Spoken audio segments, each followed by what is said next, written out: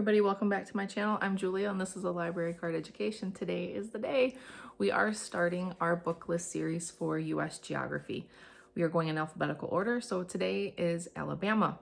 I want to also ask you to look at my last video, or depending on when you're watching this, find my video on the US Geography Staples book list, and it will go through all of the main books that you can use while studying US Geography from the perspective of buying, or not buying, but from renting out books from your library.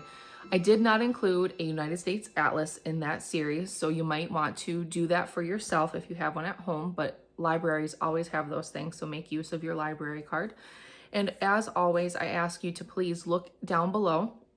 Not only will you find possibly timestamps for my videos, some will, some won't, depending on the length, but I will always try to put links down below for YouTube videos, outside websites, anything to find additional resources. And I will always put, not always, but I tend to put things in the comments or in the description that I think of after I film the video, things that I forgot to mention, things that I find out as I'm going through and reorganizing my stuff and writing my lists down. So there's always going to be different pieces of information that I did not discuss or did not show that you might find valuable for you and your children.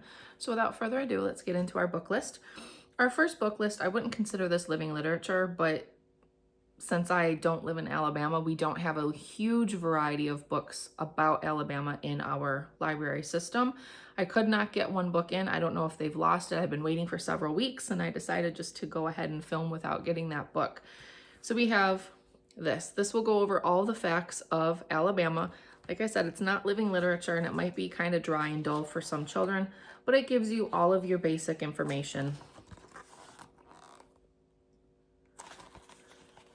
We've all seen these types of books at book sales, resale shops, etc. So some people really like them, some people don't, but it's the only thing that I could really find that was focused just on the state. For artist studies, we're going to talk about Walker Evans and James, I think it's pronounced Agee or Agee. These were individuals that were contracted by the government to take pictures of people, places, events around the time of the Dust Bowl. So we're talking about the 1920s into the 1930s. And so many of their photos came from the deep Dixie states. So we've got a lot from Mississippi, Alabama, some Louisiana, some Georgia, but there are many photos that he took in Alabama of sharecroppers. And so this is one of his books. I will try to remember to link down below websites where you can find his pictures. There's also a couple of YouTube videos. One is just over 4 minutes and one is about 12 minutes. And it will cycle through his pictures while giving detailed background on the pictures as well as on the photographer and how they came to do what they do. He ultimately, from what I can glean, did not like the government and what the government was doing. And so he kind of revolted against that later in his career. But these are some pictures that he took.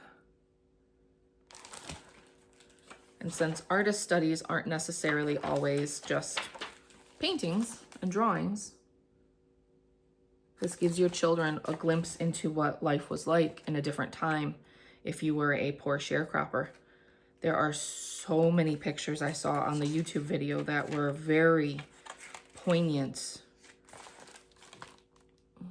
A gentleman who obviously had very little, standing in a field, and he had the most magnanimous smile. And you're surrounded by nothing but hard work and back-breaking circumstances, and yet his smile was radiating. And I just found that to be very moving. It's a very interesting book.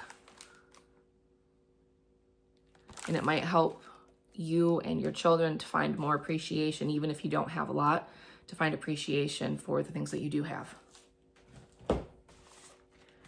Alabama has a town called Muscle Shoals. It's over by Florence, which is going to get you in the northwest corner between Tennessee, Alabama, and Mississippi. That's where we lived, was over in that area. So we went to Muscle Shoals quite frequently. Never went to the recording studios, but they have recording studios. You can go inside. They have sections where they're like little museums, so you can see all of the people that have recorded there over the years, including some big names. I think Elvis Presley was one of them. So this is a documentary. I think it's from PBS, but I could be wrong. But this is a very popular documentary. I have seen it periodically pop up on YouTube. I have seen it on other websites. So if your personal library does not have it and they can't get it in from another library in your state, just do a search for it. But it's, how long is it? Oh, I can't, it's 111 minutes. I haven't watched all of it. I've seen bits and pieces, little clips of it. So I don't know about language. I don't know if they're going to get into things that you don't want younger children to see, but it's a decent documentary for you to look at. Now, let's get into a little bit of the conspiracy stuff. So we all know Thomas Edison. We all know Henry Ford. Did you know about the Freemasonic connections? Did you know that they were Freemasons? Well, Thomas Edison, there's no direct proof that he was, but I think he was. Henry Ford was a Freemason. And Thomas Edison himself was a very famous theosopher. Not philosophy, not theology, theosophy. Theosopher. And I'm going to get more into theosophy in the coming weeks or month or two. When I alluded back a month ago, that I was going to be making a series on some very troubling homeschool trends, theosophy comes up again and again in some of these. So let's dive into these two. These two set about going around the United States trying to find different locations, but they wanted to essentially create a theosophical viewpoint, a Freemasonic viewpoint of a one world order. And you will find that it is deeply rooted in Alabama, Florence, Muscle Shoals area. So here's a picture book biography. Here is a picture book biography. I find the illustrations to be a little off-putting. I find it creepy, but then it's only even made more creepy by the fact of all the facts why they went on this road trip. But it gives you the details on this road trip that they took going around the United States. And if you want to get into reading, or you have an older child that you don't mind reading adult nonfiction, whether it's middle school or high school, Electric City. This goes into the history. Very interesting. So it's called Electric City, The Lost History of Ford and Edison's American Utopia. So much of it happens in Alabama. Very interesting. Very interesting deep dive if that's something you're curious about. Now, we can't have an Alabama list without To Kill a Mockingbird. Here is a biography on the author. Nice little book. Doesn't go into like some of the nitty-gritty details of To Kill a Mockingbird, so you don't have to worry about the censorship or the need to censor those topics. And if you didn't know, To Kill a Mockingbird is a graphic novel. It does not abridge the assaults. It does not abridge some of the language either. So you have to be prepared that if that's what you're going to let your child read, they're still going to get that experience. But here is the graphic novel. And so let me just preview that.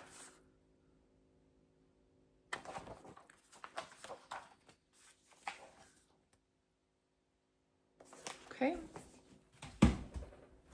Now, of course, we're going to talk about To Kill a Mockingbird. So here is the TV, or the movie. You can watch that with your children. And here is the actual novel. Great, great, great book. If you have children that want to read, but they have a hard time reading, you can get the audiobook and you can have them read it along with the actual novel copy, or listen to it as a family and have a discussion. Fashion, for all my little fashionistas. This is a biography of a fashion designer from Alabama. She grew up sewing with her mother, and she ultimately designed dresses, and I believe even the wedding dress of Jackie Kennedy. So this gives the history of her life, and her designs, and who wore them. Booker T. Washington is our next individual that we're going to study. I'm not going to go too much into him just because I would prefer to leave a lot of his biographical information for West Virginia, but we'll get into some of it too in Alabama because he did go to Tuskegee and start a school. So here is a picture biography of Booker T. Washington. You can read his Up From Slavery, or you can wait until later in the series when we get way further down the road, and you'll find that biography of his, or autobiography of his, in that list. This has little snippets of information for various inventors and famous people. Booker T. Washington is listed in this book. I've read that many years ago, so I don't remember what it goes into, but this might be one that your library has that you can get some background information on. And Tuskegee Airmen. Great picture book. You want some fun, you want some inventor, you want some science, but you want fun science? What about the invention of the Super Soaker? So this goes into the gentleman that created the Super Soaker. Again, not exactly living lit, but it gives a lot of great, useful information. And if you want a picture book to go with that, here you go. So you can research Super Soakers to your heart's content, find YouTube videos, find different things on the internet, go outside and have a Super Soaker fight. You just have fun with it, let your kids have fun. Rocket City is in Huntsville. That is where one of the 3 main hubs of NASA is. So you can get into studying NASA, you can get into studying all of the satanic background of all of these founders of NASA. You can do that if you want, or you can just keep it clean and simple, and you can read about rockets. Now, this is a series I have read, I've had my children read often. There are some books, and sometimes pictures pop up where there's kind of, it's ambiguous if that's a man or a woman. There's a little bit of radical background. I don't believe this is one that has it. I have not ever seen that come up going through this one, and my children have never pointed anything out to me. So Science Comics. They have a new one that's also based on rockets. I think it's Rocket Travel to Space. There's something that they just released, and I have not gone through that one. So buyer beware on that. And this was a book that my library just got in on actual rockets. It is a tall book. Let me see if I can. So you have all of the ins and outs of rockets. And then you have some very tall, it's kind of hard to do, some very tall pictures to go through. So you can get into moon landings. Were the moon landings real? Were they not? You can do that sort of fun stuff. But that's our short little list on Alabama. Pair it with your atlas, do your mapping, go and find all of the national parks, or not national parks, the state parks. You can study where all of the forts were for all of the battles, and you can put that on your map. You can map all of the rivers. You can map the mountain range. You can map landmarks that are popular for the area, including the science centers. You can do the hospital systems. If you're a Catholic, look into EWTN and Mother Angelica. That's where their hub is just outside of Birmingham, Alabama. So you can research all of that. You can research the history of Mother Angelica herself. You can research Our Lady of the Gulf. She is the patroness of Alabama, so you can get into that aspect if you're Catholic. So many wonderful things that you can do if you have time and a little bit of desire. You can make the dishes that are popular to Alabama, including the white barbecue sauce. You can smoke some chicken. Oh, so good with the white barbecue sauce. And you can make that pie that I talked about in my last video. Check that one out. That's an interesting one for your taste buds. And for all of the littles that want a board book, this is an author that was from Alabama. She wrote this while she was battling brain cancer, and she had succumbed to that, I don't know, 3-4 years ago, but it's such a sweet book. This is now our 3rd copy of it, and it's still torn up. It gets so much use still. When I Hold You. Oh, so sweet. Such a sweet book. And it goes into these beautiful illustrations. And all you want to do is just snuggle your baby and your toddlers and your teenagers on a rocking chair and just hug them. And this is her little short biography. Wasn't she beautiful? But she's from Alabama.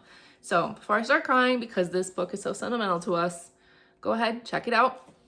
Check out the book list. Let me know if there's any other resources, books, fun things about Alabama down below. Give me a like, a subscribe, a share, and I'll see you in the next one.